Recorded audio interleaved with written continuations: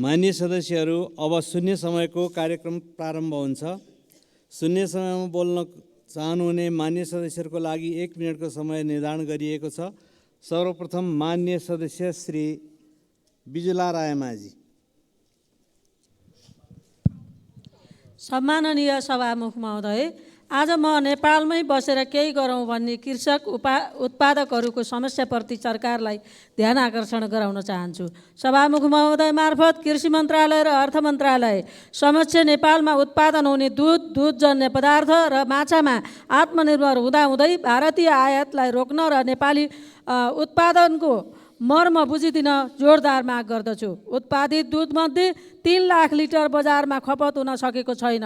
उता दुग्ध विकास संस्था र निजी डेयरीबाट करिब 7 अर्ब बक्यौता रकम किसानले पाएका छैनन्। अविलम्ब भुक्तानी गरियोस्।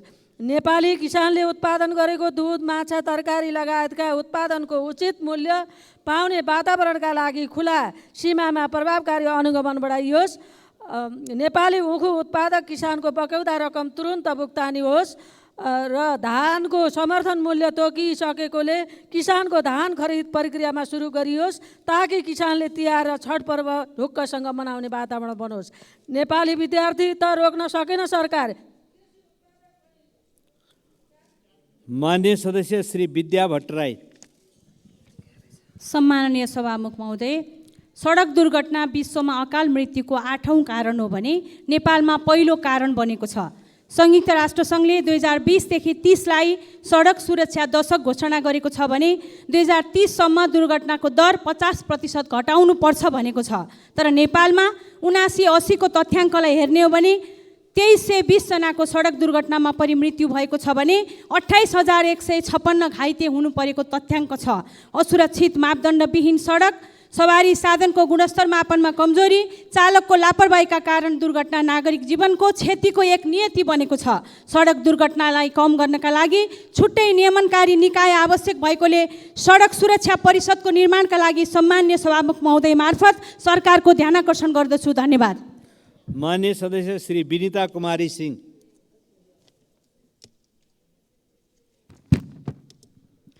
सम्मानीय सभामुख महोदय, माइतीघर मण्डेलामा आरती शाहको न्यायको लागि उहाँको आफन्त परिवार तथा आन्दोलनकारीहरू घाम, वर्षा र हावाहुरी छल्दै खुला आकाश मुनि दिनरात काट्ने गरेका छन्।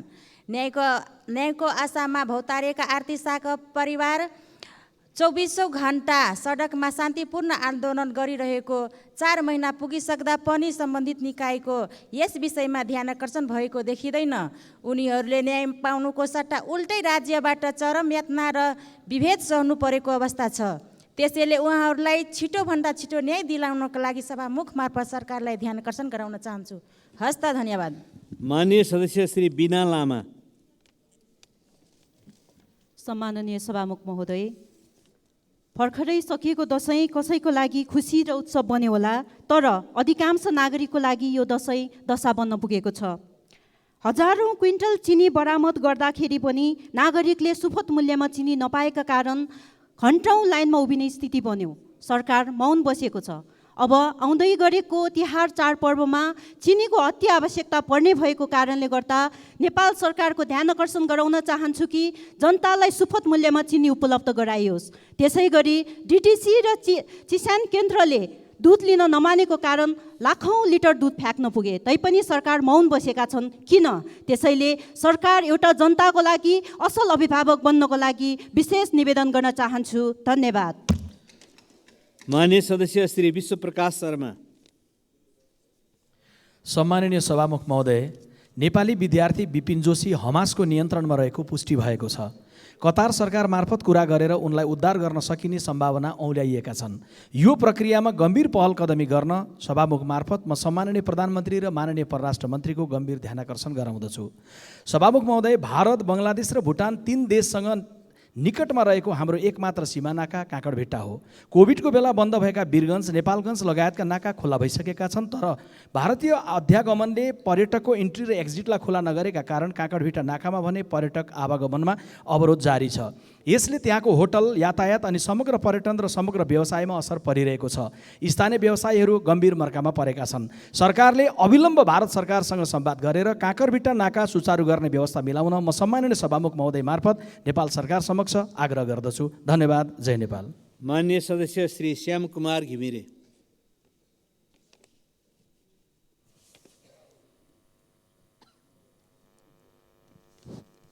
सम्मान्य सभामुख महोदय, झन्डै 10 महिना चलेको यो संसद सायद आजदेखि बन्द हुँदैछ। यो बिचमा हामीले एउटा मात्रै विधेयक पास गऱ्यौँ, ऐन बनायौँ। अब यसपछि हामी जिल्लामा जाँदैछौँ र सघन रूपमा आफ्नो जिल्लाको भ्रमण गर्ने क्रममा जनताले हामीलाई सोध्नेछन्, तिमीहरूले के गर्यौ यो 1 वर्ष झन्डै बित्यो, हामीले के जवाफ दिने हो त्यो हामीसँग छैन। यो संसदमा संसदीय अभ्यासमा आएको पनि हामीले 32 वर्ष बितेको छ। तर हामीले संसदलाई कति प्रभावकारी ढङ्गले सञ्चालन गर्न सक्यौँ, जनतामा संसदप्रति कति आस्था सिर्जना गर्न सक्यौँ, गम्भीर प्रश्न छन्। अहिले पनि विचाराधीन रहेका थुप्रै विधेयकहरू संसदमा आउन सकेनन्, प्रस्तुत हुन सकेनन्। धन्यवाद। माननीय सदस्य श्री शान्ति बिक।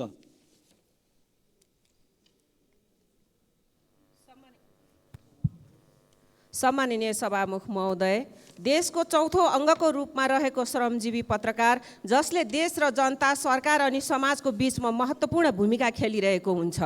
विश्वमा के भइराखेको छ पत्रकारकै कारण सञ्चार माध्यमद्वारा सहजै थाहा पाउन सक्छौँ। पत्रकारको निश्चित कामको समय अवधि पनि हुँदैन।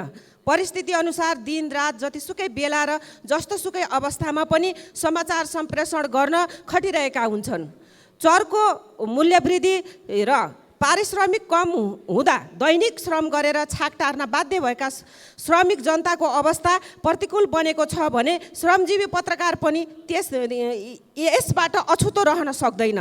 तसर्थ मूल्यवृद्धि कम गरेर जनतालाई सहजता दिन र श्रमजीवी पत्रकारको आधारभूत आवश्यकता पनि पुरा नहुने हुँदा न्यूनतम पारिश्रमिक वृद्धि गराई कार्यान्वयन गर्नको लागि म सभामुख मार्फत सरकारको ध्यान आकृष्ट गर्दछु। जय नेपाल। माननीय सदस्य श्री शिव नेपाली। सम्माननीय सभामुख महोदय, खुसीको कुरा गएको 1 महिनामा 1,17,307 जना विदेशी पर्यटक नेपाल भित्रिएका छन्। तर देशभरिका पर्यटन क्षेत्रलाई प्राथमिकतामा राख्ने कि गरी खाने वातावरण बनाउने, गण्डकी प्रदेशमा मात्र पर्यटन क्षेत्रमा 5 खर्ब लगानी भएको छ। कोरोनापछि तङ्ग्रिन लागेको पोखराको पर्यटन व्यवसाय पृथ्वी राजमार्गका कारण अस्तव्यस्त छ। 203 वटा ट्राभल एजेन्सी, 159 वटा ट्रेकिङ एजेन्सी, 65 वटा प्याराग्लाइडिङ, 341 वटा होमस्टे, 42 वटा मनी चेन्जर, 3 वटा अल्ट्रालाइट कम्पनी, 12 वटा ऱ्याफ्टिङ एजेन्सी, 115 वटा ट्रेकिङ इक्विपमेन्ट पसल गरी 10,600 व्यवसायी संलग्न छन्। निजी क्षेत्रबाट 700 वटा पर्यटकीय स्तरका होटल, 40,000 बेड सङ्ख्यामा रहेको 150 वटा रेस्टुरेन्ट, 75,000 जनालाई रोजगारी दिलाएको क्षेत्रको बेहाल छ। कहिले पोखरा अन्तर्राष्ट्रिय विमानस्थलको आडमा, कहिले 4 लेनको पृथ्वी राजमार्गको आडमा यति ठुलो लगानी भएको छ। प्रदेशमा निजी व्यवसायी ठुलो टाउको समातेको अवस्था छ। यी व्यवसायलाई राहत मात्र होइन, गरी खाने वातावरण चाहिएको छ। यसकारण पोखरा अन्तर्राष्ट्रिय विमानस्थल र पृथ्वी राजमार्ग छिटो सम्पन्न गरी लगानीको माननीय सदस्य श्री शेरबहादुर कुँवर। सम्माननीय सभामुख महोदय, भर्खरै आश्विन 28 र 29 गते आएको विशाल असिना पानीले सुदूरपश्चिमको पहाडीका लेकाली भेकमा जनताले लगाएको वर्षी बाली पूर्ण रूपमा नष्ट गरेको छ। एकातिर लेकाली भेकमा अन्न कम उत्पादन हुने, अर्कोतिर बाली भित्र्याउने बेला आएको यो विपत्तिबाट त्यहाँका किसान आक्रान्त भएका छन्। सरकारले उचित क्षतिपूर्ति र राहतको व्यवस्था गरोस् भन्ने म आग्रह गर्न चाहन्छु। 1 वर्षको दौरानमा भूकम्पले सुदूरपश्चिम क्षेत्रका जनतालाई पटक पटक दुःख दिएको छ। चाहे गत मङ्सिरमा आएको भूकम्प होस् या यसपालि आश्विनमा आएको भूकम्प होस्, अहिलेसम्म पीडित जनताले अहिले राहत पाएका छैनन्। दसैँ र तिहार सकिएपछि हामी पनि जिल्लामा फर्कँदैछौँ र जनताको बिचमा कसरी जाने होला, सरकारसँग म आग्रह गर्न चाहन्छु, राहतको व्यवस्था गरियोस्। धन्यवाद। माननीय सदस्य श्री शोभा ग्यावाली।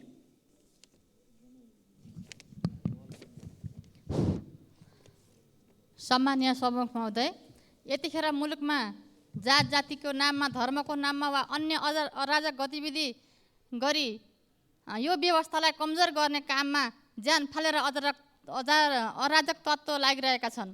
यतिखेर दुर्गा प्रसाद जस्ता अराजक भिडले प्रमुख प्रतिपक्ष दलको नेता पूर्व प्रधानमन्त्री केपी शर्मा ओलीको कम्बोडियामा टेलिकममा लगानी छ भन्दै भ्रम सर्ने काम गरिरहेका छन्। सुशासन र विकासमा सबैभन्दा योग्य साबित नेता केपी ओलीमाथिको प्रहार भनेको नेपाल र नेपाली जनतामाथिको प्रहार हो। यस्ता गलत भ्रम सिर्जना गर्ने अराजक तत्त्वलाई सरकारले कारबाहीको दायरामा ल्याउनका निम्ति सम्मानित सभामुखज्यू मार्फत मैले सरकारको ध्यान आकर्षण गर्न चाहन्छु। हस्त धन्यवाद। माननीय सदस्य श्री सन्तोष चालिसे।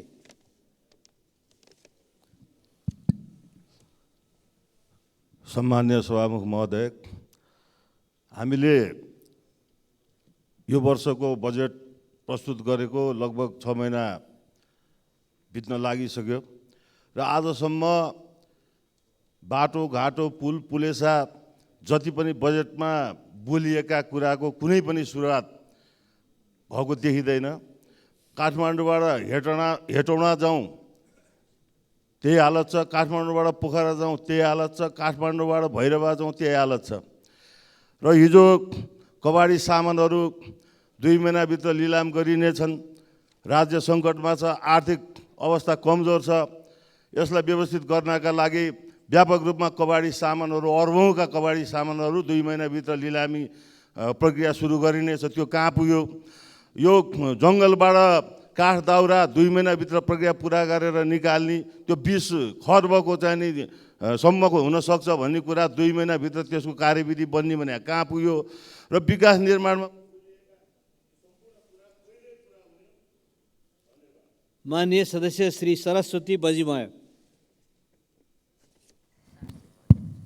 सम्मान्य सभामुख महोदय, धनुषाकी 22 वर्षीय आरती शाहको गत जेठ 7 गते मृत अवस्थामा माइती पक्षले हस्पिटलमा पाए। घर पक्षले झुन्डेर मरेको भने तापनि नील डामहरू हेर्दा सबैले मारेको भन्ने थाहा पाउने कुरा भयो। माइती पक्षले किटानी साथ प्रहरीमा आरतीका ससुरा श्रीमान लगायतलाई पटक पटक जाहेरी दर्ता गर्न खोज्दा प्रहरीले किन दर्ता गर्न मानेनन्? प्रहरी भनेको नारीको लागि होइन र? सभामुख महोदय, माइती पक्षकाहरू माइती घर मण्डलामा धर्ना बसेको छ न्यायको लागि, तर उनीहरूप्रति ज्यान मार्ने धम्की, कुटपिट, अमान्य व्यवहार भएको छ। जो कसैले गरेको भए पनि यस निन्दनीय कार्यको घोर भर्त्सना गर्दछु। दाइजोको कारणले ज्यान गुमाएकी आरती शाहको लागि न्यायको माग गर्दछु। धारा 38(3) मा भएको महिलाको हक संविधानमा तथा अन्तर्राष्ट्रिय महासन्धिमा हस्ताक्षर गरेको दायित्व पुरा गर्न सभामुख मार्फत सरकारको ध्यान। माननीय सदस्य श्री सराज अहमद फारूकी। सम्मानीय सभामुख महोदय, एकजना सम्मानित मतदाताले मलाई यो लेखेर पठाएको पीडा भन्नुभएको छ। न सरकार मेरी है, न रोब मेरा है, न बड़ा सा नाम मेरा है।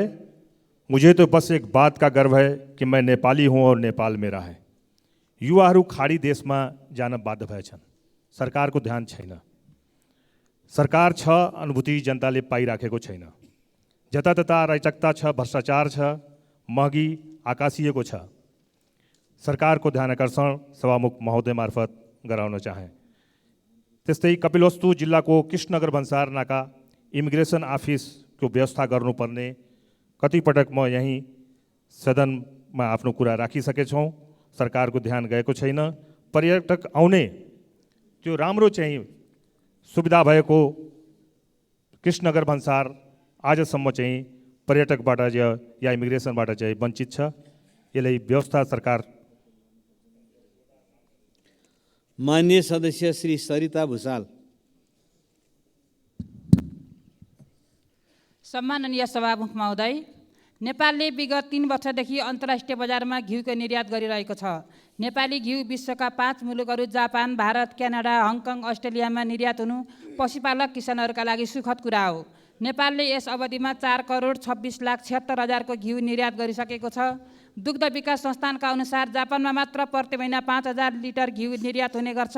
यसरी स्वतस्फूर्त रूपमा नेपाली दुग्ध पदार्थ र त्यसमाथि घिउको माग अन्तर्राष्ट्रिय बजारमा बढिरहेको अवस्थामा नेपाल सरकारले विशेष योजनाका साथ स्थानीय प्रजातिका चौपायाहरूबाट घिउ उत्पादन र ब्रान्डिङ समेत गरी अगाडि बढेमा नेपाली पशुपालक किसानहरूको सम्भावनाको ढोका सजिलै खुल्न सक्छ।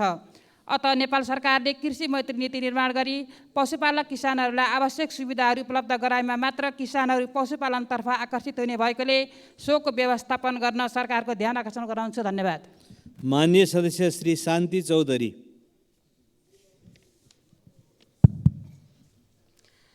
सम्माननीय सभामुख महोदय, बजारमा चिनी छैन। चिनी लगायत सबै खाद्य वस्तुहरूको भाउ आकाशिएको छ। तिहार छठ नजिकै आइसकेको छ र यो जतिखेर पनि हामीले चाहिँ महँगीको कुरा उठाइरहनु पर्ने, सरकारले यसलाई नियन्त्रण गर्न नचाहेर हो कि नसकेर हो, हामीले पटक पटक एउटै कुराहरू उठाउँदाखेरि हामी आफैमा खल्लोपना आउँछ। त्यसकारण यो सरकारले नियन्त्रण गर्न सक्दैन भने अर्को कुन सरकार छ, सभामुख मार्फत म प्रश्न गर्न चाहन्छु। यस्तै गरी यातायात बस र प्लेन भाडा एकदमै डबल बढेको छ। यसलाई पनि नियन्त्रण समयमा गर्नको लागि सरकारको ध्यान आकर्षण गर्न चाहन्छु। धन्यवाद। माननीय सदस्य श्री सीता कुमारी राणा। सम्माननीय सभामुख महोदय, न्यूनतम सुविधाविहीन बालबालिकाहरूका लागि शैक्षिक कार्यक्रम युसेफ नेपालद्वारा नेपालका विभिन्न स्थानमा 8 रोपनी जग्गामा बाल सुधार गृह स्थापना गरिएको र जसमा 4वटा युसेफले सञ्चालन गर्दै आइरहेको र 4वटा नेपाल सरकारद्वारा सञ्चालित हुँदै आएको यस सदनलाई जानकारी गराउन चाहन्छु। यसै गरी युसेफद्वारा सञ्चालित बाल गृहमा 800 जना नेपाल सरकारद्वारा सञ्चालित बाल गृहमा 300 जना बालबालिका र जम्मा 1100 जना रहेको छन्। सभामुख महोदय, यसका लागि महिला बालबालिका ज्येष्ठ नागरिक मन्त्रालयले 1 करोड रकम निकासा गर्ने गरेको छ। यसरी प्राप्त रकम निकासा नहुँदा पनि बालगृहमा शिक्षाको दरबन्दी पर्याप्त मात्रामा नहुनु, क्षमताभन्दा दोब्बर बढी बालबालिका राखिएको साथै सुत्ने बेड, खानेपानी, शौचालय सरसफाइमा ध्यान नदिएको र बालबालिकाहरूलाई पौष्टिकयुक्त खानेकुराहरू खाजा समेत पर्याप्त मात्रामा उपलब्ध नगराएको, यसै गरी बिरामी हुँदा इमर्जेन्सी हस्पिटलसम्म लानको लागि एम्बुलेन्सको अभाव रहेको बारेमा यस सदनलाई जानकारी गराउन चाहन्छु। सभामुख महोदय, यस्ता समस्याहरूको समाधान। माननीय सदस्य श्री सुनिता बराल। सम्माननीय सभामुख महोदय, सार्वजनिक यातायात व्यवस्थापन काठमाडौँ उपत्यकामा कति जटिल भइरहेको छ र त्यसलाई सरकारले कति धेरै उपेक्षा गरेको छ भन्ने दृष्टान्त हेर्न एक दिन सार्वजनिक यातायात चढेर हेरे पुग्छ। एकातिर साझा यातायातले लेलेदेखि बुढा नीलकण्ठ र अन्तर्राष्ट्रिय विमानस्थलदेखि नागढुङ्गा चेकपोस्टसम्मका सेवालाई विस्तार गरेर जनतालाई सहज, सुलभ, व्यवस्थित यातायातको बानी पारिरहेको छ। महानगर यातायात र अन्य यातायात कम्पनीहरूले पनि GPS, GIS नेटवर्क सिस्टम जडान गरेर आफूलाई व्यवस्थित र पारदर्शी बनाएका छन्, तर सरकार त्यस्ता प्रयासहरूलाई देखिरहेको छैन, निरुत्साहित गरिरहेको छ। 2 महिनामा खुइलिने, नाम निशान केही नहुने रातो रङ सडकमा पोख्छ र सार्वजनिक यातायातमा समाजवादको गफ सरकारले दिइरहेको छ। सार्वजनिक यातायातका क्षेत्रमा व्यवस्थित गर्नका लागि ठुला र व्यवस्थित सवारी साधनलाई सिस्टममा चलाउनेतर्फ जानुपर्छ। सवारी साधन स्टेसनमा आइपुग्ने सूचना, भाडा दर र भुक्तानी सिस्टमलाई सूचना प्रविधि प्रयोग गरेर व्यवस्थित गर्ने हो भने यसलाई सुधार गर्न सकिन्छ। यसै गरी सवारी राइडिङ सेयरिङ अहिले। माननीय सदस्य श्री सुमना श्रेष्ठ। सम्मानीय सभामुख महोदय, कमैया प्रथा अन्त्य भएको धेरै वर्ष भइसक्यो, तर मुक्त कमैयाहरूको लागि आवासको उचित व्यवस्था हुन सकेको छैन। म टिकापुर र लम्कीछुवाका मुक्त कमैयाहरूले चुनावमा लाल पूर्जा दिलाइदिन्छु भनेर भोट मागेर निर्वाचित तिनै तहका सरकारका जनप्रतिनिधिलाई चुनावको बेला बोलेको र बोकेको एजेन्डा स्मरण गराइदिनु भनेर मलाई ज्ञापन पत्र दिनुभएको थियो, त्यो म यहाँ गुन्जाउन चाहन्छु। सभामुख महोदय मार्फत लाल पूर्जाको सपना बाँड्ने जनप्रतिनिधि र पटक पटक सरकारको नेतृत्व गर्नेलाई सोध्न चाहन्छु, के त्यो साँच्चै नै पुरा गर्न सक्ने बाचा थियो कि चुनाव जित्ने एउटा भर्याङ मात्रै थियो? संविधानको धारा 37ले आवासको हकलाई मौलिक हकको रूपमा स्थापित गरेको छ सभामुख महोदय, तर आवासको हकको लागि लाल पूर्जा नै बाँड्नुपर्छ भन्ने लोक रेजाइको बाटोबाट भाष्यबाट माथि उठ्ने हो भने मुक्त कमाइहरूको लागि गर्नुपर्ने काम, कर्तव्य यो सरकारले निभाएको छैन। त्यसको लागि म जोरदार माग गर्दछु। धन्यवाद। माननीय सदस्य श्री सुशीला थिङ।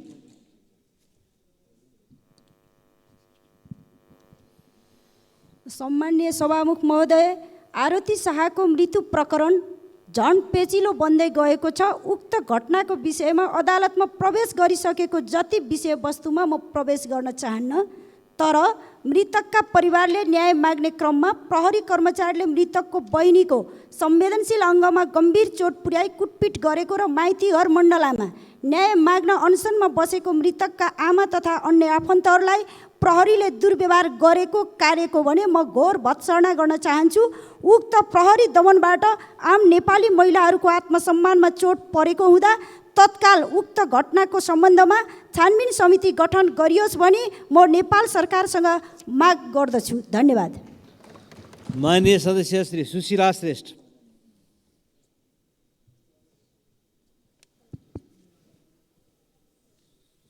सम्माननीय सभामुख महोदय, यही कार्तिक 6 गते भोजपुर आमचोकमा दीपचन्द्र राईद्वारा 7 वर्षीय बालिकाको बलात्कार र हत्या भयो।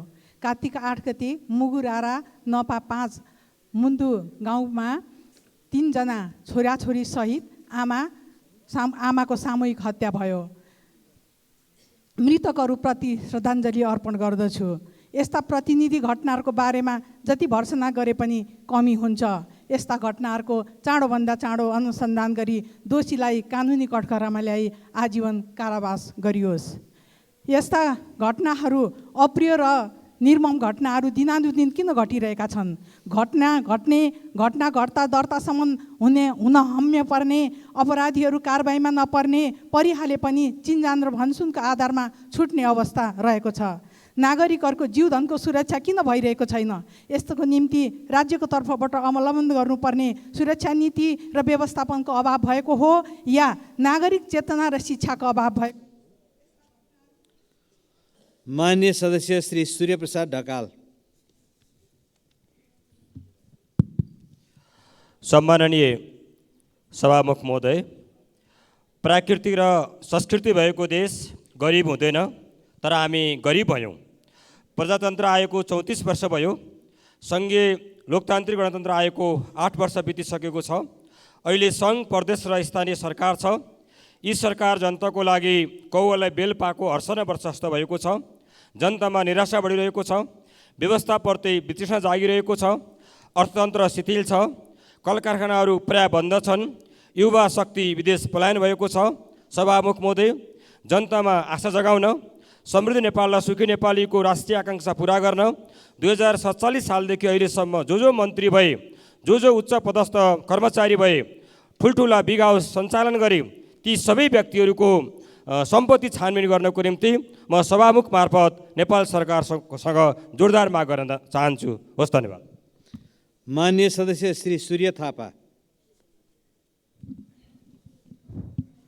सभामुख महोदय, मैले यो संसदमा पहिलो पटक आउँदा पनि भनेको थिएँ र आज वर्ष अधिवेशनको अन्तिम दिन पनि भन्दैछु। खास गरी सडक पूर्वाधारसँग सम्बन्धित विषयलाई पटक पटक उठाउँदै आएको छु। प्युठानलाई बागलुङसँग जोड्ने बागदुला मच्छी ठुलाबेसी भीमगिठे 71 किलोमिटर सडकको निर्माण विगत 10 वर्षदेखि अल्पत्र हुँदै आएको छ। यसले सिङ्गो जिल्लालाई भुक्तमान बेहोर्न बाध्य पारेको छ। यसको नयाँ ठेक्का लगाउनेतर्फ मन्त्रालय र सम्बन्धित निकायले किन तदारुकता देखाउन नसकेको हो? बजेटको स्रोत सुनिश्चित भएका यस्ता आयोजनाको ठेक्का अविलम्ब लगाई निर्माण कार्य अघि बढाउन जोरदार माग गर्दछौँ। साथै सिमलटारी सौतमारे मच्छी 31.8 किलोमिटर सडक खण्डको मदन भण्डारी राष्ट्रिय राजमार्ग निर्माणको ठेक्का लगाइसकेपछि पनि किन फटाफट काम हुन सकेको छैन? किन ढिला भइरहेको छ? सभामुख महोदय मार्फत भौतिक योजना मन्त्रालय, भौतिक पूर्वाधार मन्त्रालय र सम्बन्धित आयोजना निर्देशनालयको गम्भीर रूपमा ध्यानाकर्षण गराउन चाहन्छु। धन्यवाद। माननीय सदस्य श्री सोनु मुर्मू। सम्मानीय सभामुख महोदय, जनमत पार्टीका नेता कार्यकर्तामाथि प्रहरी र प्रशासनले दमन गर्ने क्रम जारी छ। पटक पटक आक्रमण गर्ने क्रम जारी छ। यही कार्तिक 11 गते शुक्रबार मात्र जनमत पार्टीका नेतालाई धनुषाको 3 कोरिया प्रहरी चौकीभित्र ल्याएर त्यहाँको धनुषाको विदेह नगरपालिकाको मेयर तथा प्रहरीले मिलेर कुटपिट गरेको छ। 1 जना घाइते अस्पताल समेत भर्ना हुनु परेको अवस्था छ। यसरी आरती शाहको प्रकरण होस् कि जनमत पार्टीका कार्यकर्ताहरूलाई स्थानीय ठुला ठालुको निर्देशनमा यसरी प्रहरी चौकीभित्र ल्याएर कुटपिट गर्नु मधेसमा सामान्य बनेको छ। सरकार यदि आम नागरिकको रक्षा गर्न सक्दैन भने खुलेर भन्नु पर्यो। जनता आफै आफ्नो रक्षा गर्न तयार छ। मधेस र मधेसी विरुद्ध यो भेदभाव कहिलेसम्म, यो दमन कहिलेसम्म, जनमत पार्टीको कार्यकर्तामाथि प्रहरी दमन कहिले रोक्ने? सभामुख महोदय, धन्यवाद। माननीय सदस्य श्री सञ्जय कुमार गौतम।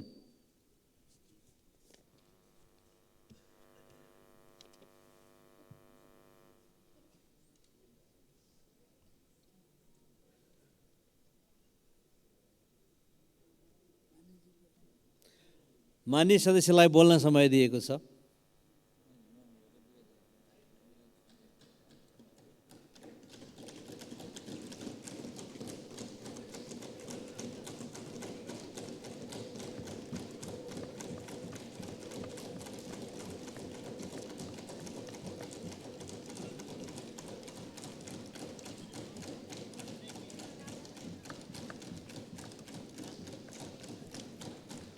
माननीय सदस्य हर्कमाया विश्वकर्मा।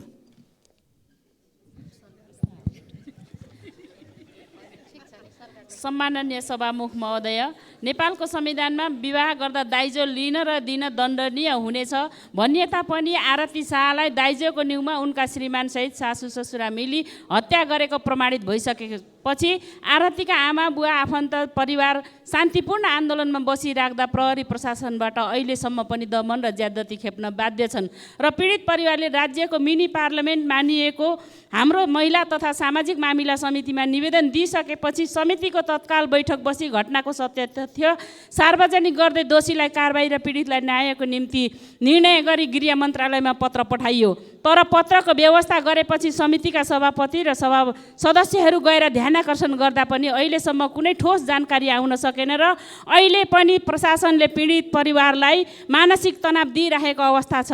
सभामुख महोदय, सरकारले संविधान र कानुनको कार्यान्वयन नगरी हत्यारालाई उन्मुक्ति दिइराख्ने हो भने गरिब निमुखा आवाजविहीन जनताले न्याय खोज्न कहाँ जाने? सभामुख मार्फत सरकार। माननीय सदस्य श्री हितराज पाण्डे।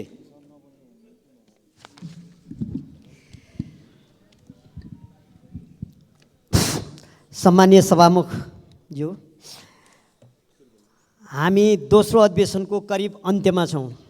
म यतिखेर सम्मानीय सभामुखज्यू मार्फत हामी सबै एकपल्ट नेपाल आमालाई सम्झेर नेपाली जनतालाई तर्फ फर्केर आफूतिर फर्कौँ र हाम्रो प्रतिनिधि सभा परिवारसहित सबैले एकपल्ट आफ्नो कामको आत्मसमीक्षा गरौँ, म हार्दिक आग्रह गर्दछु। यसै गरी गोर्खाको च्याङ्लीमा कृषि क्याम्पस सञ्चालन गर्ने निर्णय 73देखि भएर पनि अहिलेसम्म त्यो निर्णय लागू भएको छैन। अविलम्ब सम्बन्धित मन्त्रालय र सम्बन्धित विश्वविद्यालयले यही शैक्षिक वर्षदेखि क्याम्पस सञ्चालन गर्ने गरी आवश्यक व्यवस्था मिलाउन सम्मानीय सभामुखज्यू मार्फत हार्दिक आग्रह गर्दछु। धन्यवाद।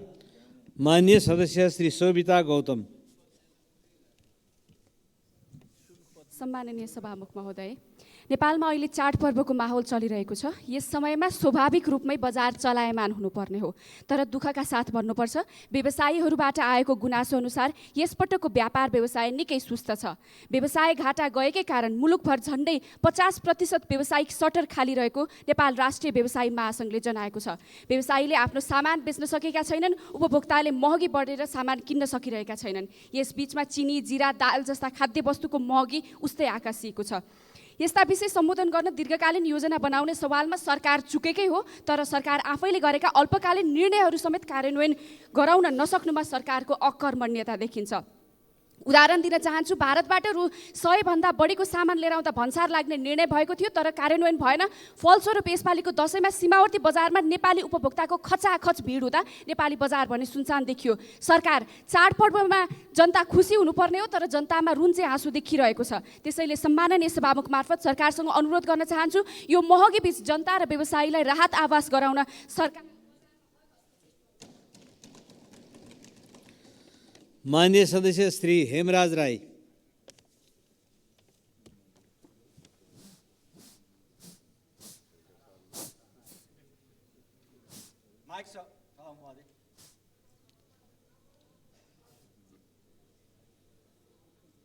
अर्को माइक हुन्छ कि?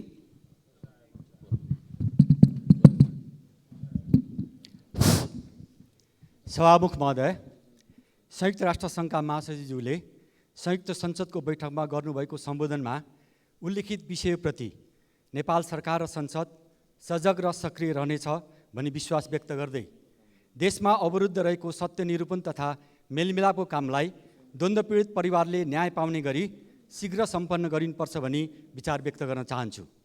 साथै गत अक्टोबर 7 मा हमासद्वारा अपहरण गरिएका विपिन जोशी लगायत सबैको बिना शर्त शीघ्र रिहाईको माग गर्दै इजरायलले हमास विरुद्धको आक्रमणको नाममा गरिरहेको प्यालेस्टाइनी जनताको आम हत्या र उनीहरूलाई आफ्नो घर र जमिनबाट बेदखल गर्दै गाजा क्षेत्रमाथि गरिरहेको भीषण आक्रमण र कब्जाको घोर निन्दा, भत्सर्ना र विरोध गर्दछु। युद्ध रोक्न संयुक्त राष्ट्र सङ्घबाट भइरहेको पहललाई सहयोग गर्न यस संसदबाट पनि प्रस्ताव पारित गर्न सहमुखबाट आवश्यक पाओस् भनी हार्दिक माग समेत गर्दछु। धन्यवाद। माननीय सदस्य श्री ज्ञानेन्द्र बहादुर कार्की। सम्माननीय सभामुख महोदय, सुनसरी जिल्लामा अवस्थित प्रसिद्ध मन्दिर बारा क्षेत्र जहाँ ठुलो सङ्ख्यामा दर्शन अभिलाषीहरू उपस्थित हुने गर्दछन्। केवल नेपालको मात्र होइन, छिमेकी मित्र राष्ट्र भारतका दर्शन अभिलाषीहरू पनि त्यहाँ उपस्थित हुने गर्दछन्। तर चतरा कोशी पुलदेखि मन्दिरसम्म करिब 3 किलोमिटर बाटोको अवस्था दयनीय भएको कारणले गर्दाखेरि त्यहाँ आउने दर्शन अभिलाषी र स्थानीय जनताले धेरै कठिनाइ भोगिरहनु परेको अवस्था छ। तसर्थ सम्माननीय सभामुख मार्फत यो समस्याको समाधान यथाशीघ्र गरेर त्यो क्षेत्रको विकासका निमित्त सरकारको ध्यान जाओस् भन्ने कुरा म राख्न चाहन्छु। धन्यवाद।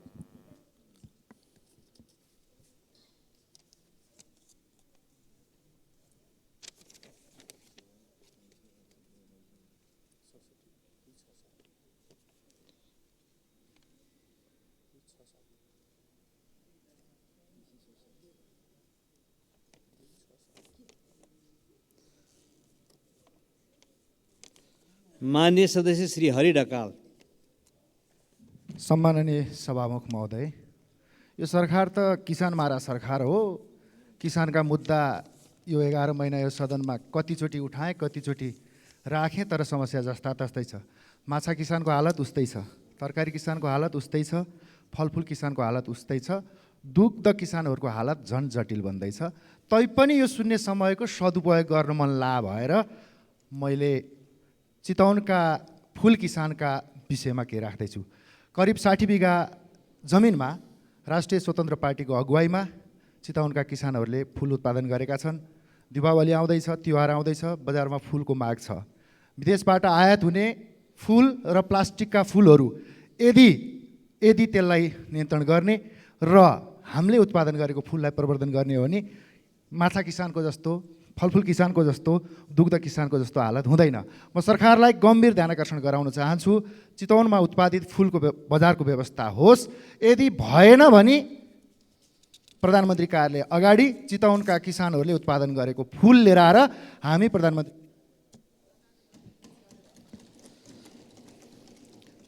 माननीय सदस्यहरू, शून्य समयमा माननीय सदस्यहरूले बोल्ने क्रम यहीँ समाप्त हुन्छ।